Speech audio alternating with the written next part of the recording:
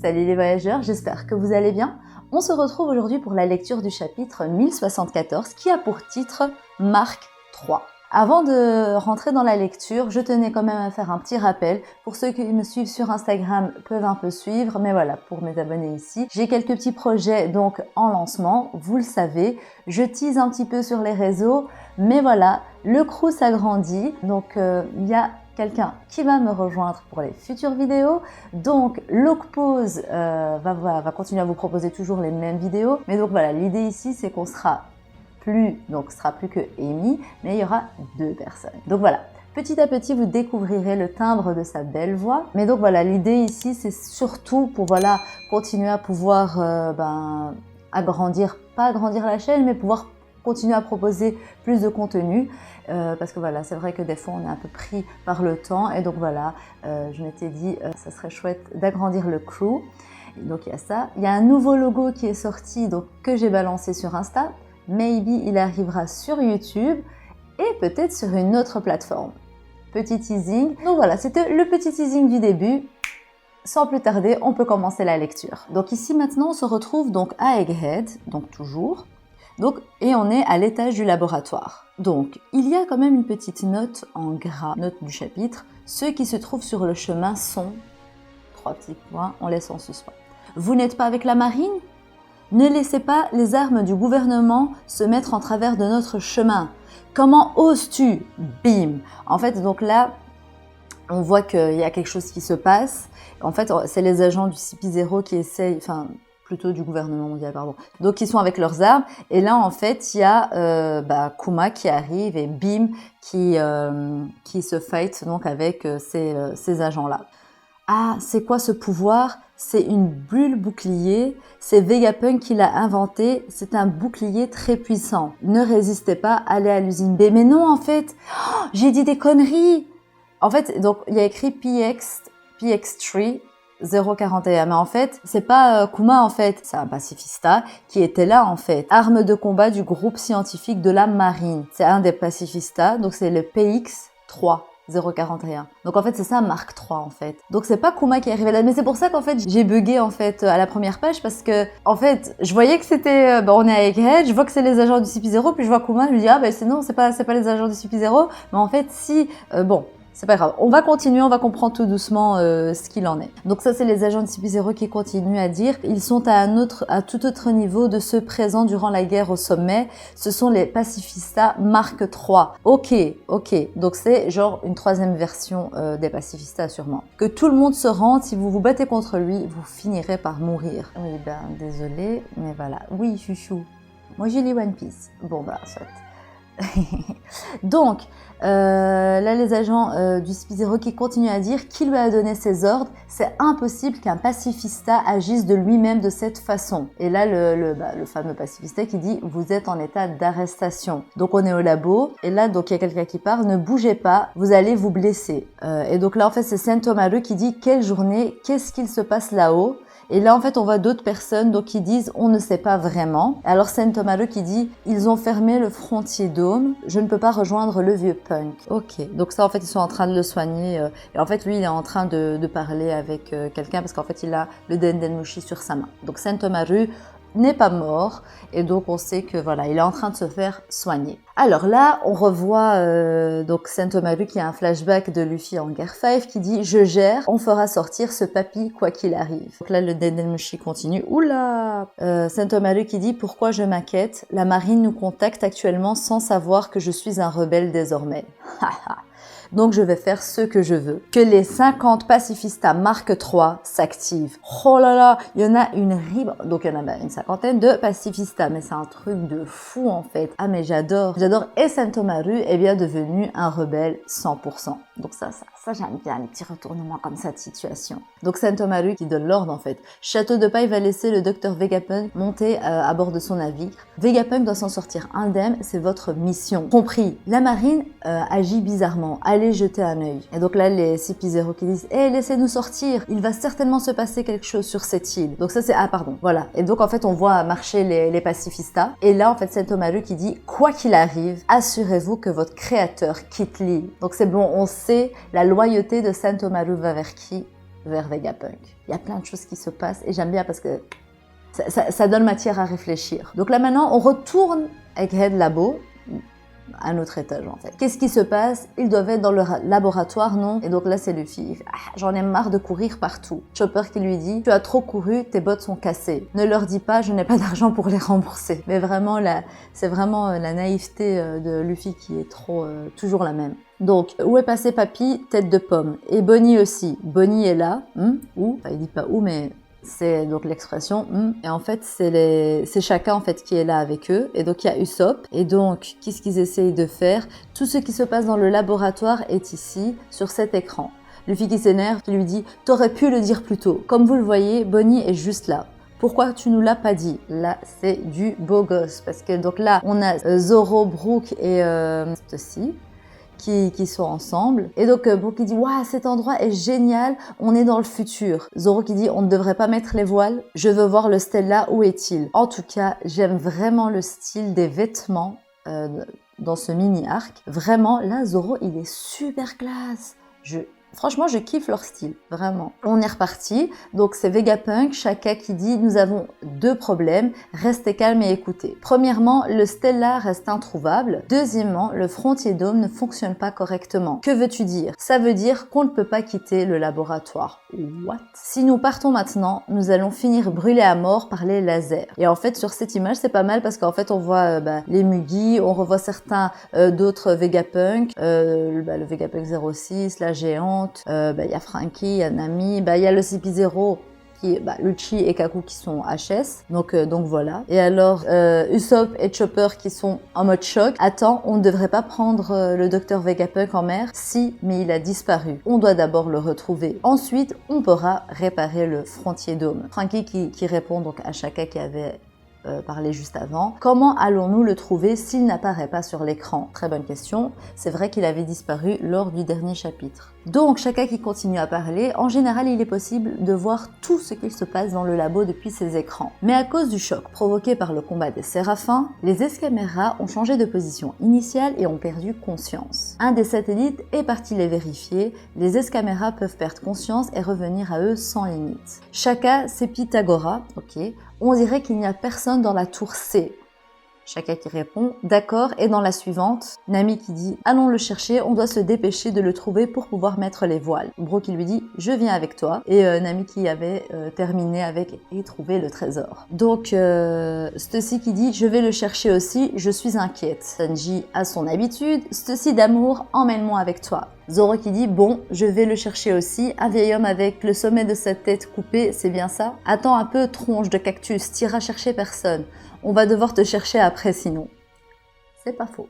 Chopper qui dit « Ouais, c'est vrai, c'est vraiment pas le point fort de Zoro. » Robin qui dit « Reste tranquille, d'accord ?» Alors, elle est excellente cette image. Je kiffe cette image. Il y a Kaku et Lucci qui sont complètement KO au sol. Luffy qui est assis complètement KO. Et Zoro qui vient s'asseoir à côté de lui en mode « Oups là !» et on est parti, tu vois. Et qui lui dit « Qu'est-ce que vous racontez ?» Bon, je suppose qu'ils ont assez de gens pour le trouver. Et alors Zoro qui demande à Luffy « T'as couru combien de temps toi ?» Et Luffy qui est toujours à bout de souffle « Je suis toujours prêt à partir. Je ne pensais pas revoir ce type un jour. » Ça me rappelle Water 7. Je me demande comment va le vieux iceberg. L'intérieur du labo Nikkyo Room. Bonnie, ne touche pas à ça. Tais-toi et sors d'ici. Donc là, on voit quelqu'un qui respire. Donc en fait, c'est Bonnie qui regarde et en fait de loin, on voit quelqu'un, en fait on voit une ombre, quelqu'un qui pleure. Et Bonnie qui dit « Hé, qu'est-ce qui ne va pas ?» Et là, en fait, on voit une espèce de géant qui a l'air d'être blessé partout, recroquevillé sur lui-même et qui pleure. Et puis, Bonnie qui dit « Hein ? Papa ?» Et en fait, elle voit de loin quelqu'un qui dit « Viens avec nous, on l'a trouvé. À l'aide, sauvez-moi, je ne veux pas partir. Espèce de salaud, viens avec nous tout de suite. Si tu fuis, nous serons tous tués. » En fait, on voit donc deux ombres qui veulent attraper en fait, c'est un gosse, mais il est géant. Allez, il est vraiment massif par rapport à Bonnie, en fait. Et en fait, ce gosse pleure et il dit « Je ne veux pas partir ». Bonnie qui court vers lui. Ce gosse qui continue à dire « Je ne veux plus jamais y retourner. Pourquoi tu pleures? T'es qu'un sale gosse. Je ne peux pas m'approcher, qu'est-ce qui se passe ?» En fait, Bonnie, elle voit ces choses-là. Donc, en fait, c'est la fameuse boule de douleur de Kuma, en fait. Bah oui, il n'y a que ça en fait, c'est ça.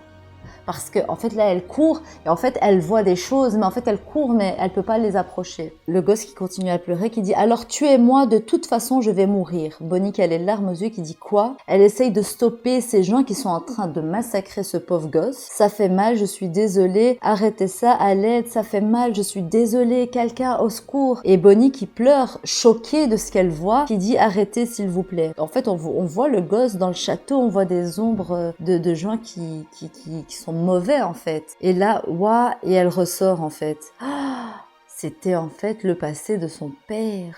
Ouais, mais ça voilà, j'ai eu le déclic quand je l'ai vu courir. En fait, j'ai compris en fait quand je l'ai vu courir qu'elle voyait des souvenirs parce que c'est souvent ça. C'est soit t'es dans un rêve et tu cours, bah t'arrives pas. Soit tu regardes les souvenirs de quelqu'un et alors voilà. Donc là, elle est vraiment avec ses larmes et là elle continue.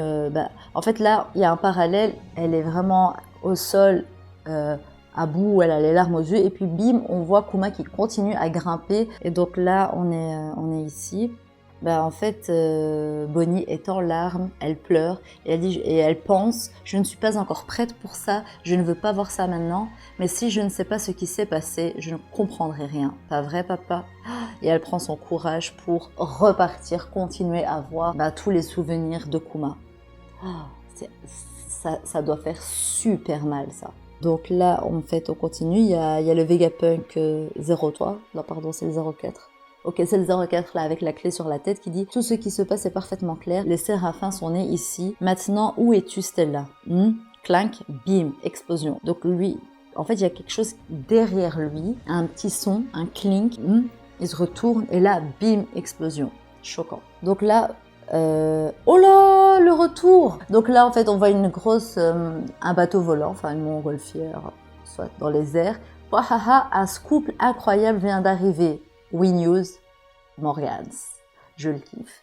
Clique, Morgans qui raconte. Le gouvernement mondial souhaite assassiner nul autre que le docteur Vegapunk. Ils veulent vraiment tuer le plus grand génie du monde. Ils veulent reproduire l'incident d'Ohara. Cependant, le gouvernement fait une erreur. Vegapunk est une figure populaire dans le monde entier. Il a illuminé de nombreuses villes dans le monde grâce à ses développements en matière d'énergie. Heureusement, il y a ce type.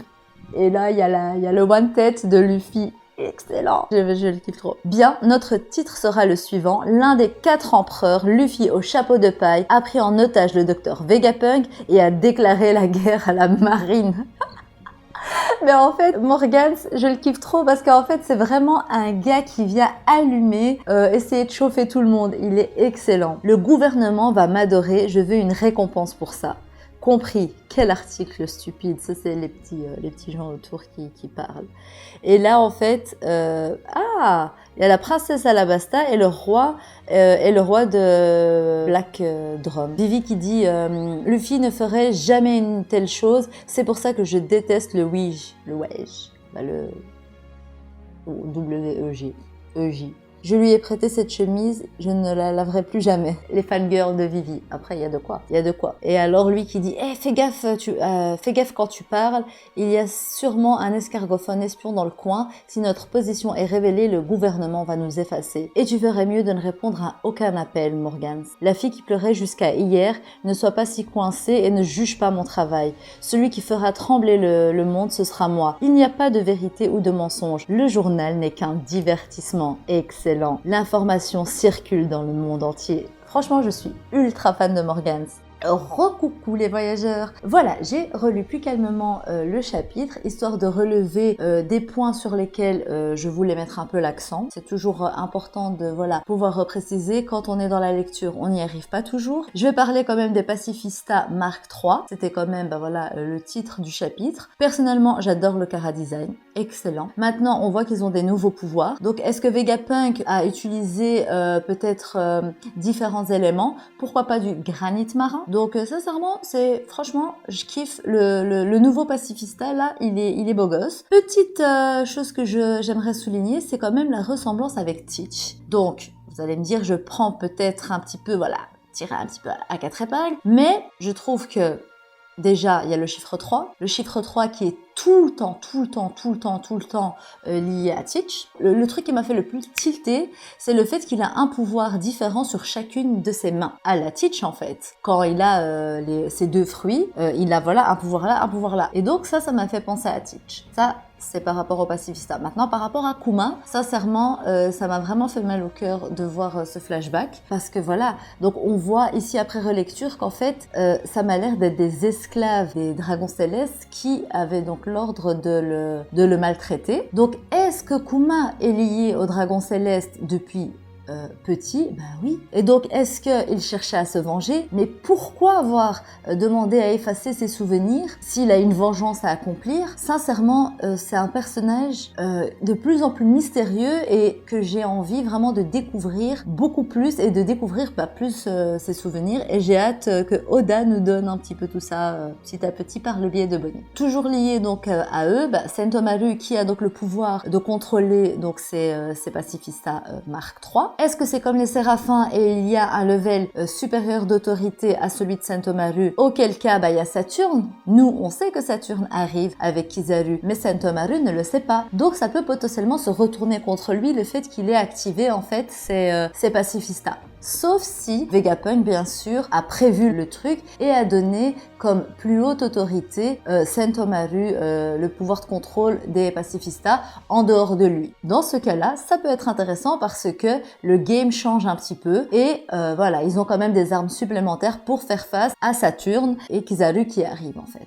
Voilà, alors il reste encore 2 points. L'avant-dernier point duquel je vais parler, c'est le fameux traître qu'il y a sur Egghead. Donc comme on le sait, quelqu'un a aidé le CP0 à ouvrir le dôme frontière. Et je me demande si ce ne serait pas Shaka. Attention, je vais m'expliquer. Donc depuis le début de Egghead, il n'y avait pas d'onomatopée. Onomatopée, c'est les petits kanji qui signifient des bruits ou des bruits de pas. Sauf que là, ici dans ce chapitre-là, derrière le Vegapunk 04, il y avait quelqu'un et il y avait des bruits de pas. Il y avait des bruits de pas similaires à ceux de Shaka qui étaient au chapitre 1066. Donc si vous voulez comparer, c'est la même onomatopée. Donc c'est pour ça que je soulève la question de me demander si Shaka ne serait pas le traître. Pour finir, c'est le fameux trio Vivi, Wapol, Morgane. Trop contente de revoir Vivi. Sincèrement, ça fait plaisir de la revoir. Malheureusement, ça fait toujours mal de savoir qu'elle chialait jusqu'à présent. Pourquoi il n'y a pas 36 000 raisons de pourquoi elle chialerait autant, si ce n'est d'avoir assisté à la mort de Cobra. Et donc, c'est donc pour ça qu'elle est en fuite, parce qu'elle sait qu'ils en sont après elle. Et donc, voilà, elle était au bout de sa vie. Donc ça, c'est... voilà. C'est quand même triste. Maintenant, nous, on sait que Vivi, c'est une Mugiwara à part entière, comme le Meri et le Sunny, et comme tous les autres Mugiwara. Et donc moi, je me demande si, enfin, on n'aurait pas Vivi qui retournerait sur le navire des Mugiwara pour faire un bout d'aventure avec eux, jusqu'à ce qu'elle puisse enfin reprendre son titre de reine, et voilà, et que sa vie ne soit plus en danger. Why not? C'est franchement... Je pense que c'est possible que ça arrive. Surtout après ce que Oda nous a fait avec Yamato. Oda nous a mis Yamato comme Mugiwara et puis il nous l'a enlevé. Donc sincèrement, moi là, il me faut Vivi qui revient. Surtout que là, on l'a vu, elle est toute belle, toute classe. Elle a ses fangirls. Nous aussi, on est ses fans, donc on aimerait bien la revoir. Et donc voilà, je pense que c'est possible. Dernière chose, c'est Wapol. Wapol qui, on l'avait lu dans le chapitre, j'ai noté aussi, dans le chapitre 956, c'était lui qui avait donc appelé Morgane en lui disant qu'il avait des informations à lui donner, qu'il avait quelque chose donc à lui révéler. Et donc, en fait, on voit ici dans ce chapitre que Wapol sait ce que le gouvernement mondial leur fera s'il les trouve. Et que donc, ils doivent vraiment faire super attention. Donc, déjà, questionnement sur qu'est-ce qu'il s'est réellement passé à Marie-Joase. C'est franchement... c'est le bordel total ce qui s'est passé là, donc il y en a qui le savent et on sait, comme on l'a vu, j'ai oublié le nom de l'île, mais soit comme on l'a vu, Insama l'a détruit en un clic là. Donc ici, Wapol sait et il avait donc quelque chose à dire à Morgane. Donc est-ce qu'il connaît le pouvoir de Insama sur la destruction des îles? Ça serait super intéressant qu'un personnage comme Wapol, qui pour moi est un personnage pas genre super charismatique et tout, qui ait des informations. Donc pour moi, ce serait super intéressant. Donc voilà, je vais m'arrêter là pour cette vidéo. J'espère qu'elle vous aura plu. Elle est peut-être un peu plus longue que d'habitude, mais voilà, je voulais reprendre un petit peu les analyses et remettre un petit peu le point sur ce qui est important. Je compte sur vous pour la partager avec vos nakama, commentez comme d'habitude, donnez vos avis, partagez vos avis, vos idées sur ce qui peut arriver, qui est le traître, votre avis sur le Kara dizaine du Pacifista. Et bien sûr, vous abonner et activer la cloche pour ne manquer aucune vidéo qui va arriver. Et bien sûr, followez-moi sur Insta parce que j'essaye de bombarder mes stories. J'essaye d'être plus active sur Insta pour vous annoncer toutes les nouveautés qui arrivent petit à petit. N'oubliez pas le crew qui s'agrandit de Lookpose. Voilà, donc voilà, je vous dis à très vite et à bientôt.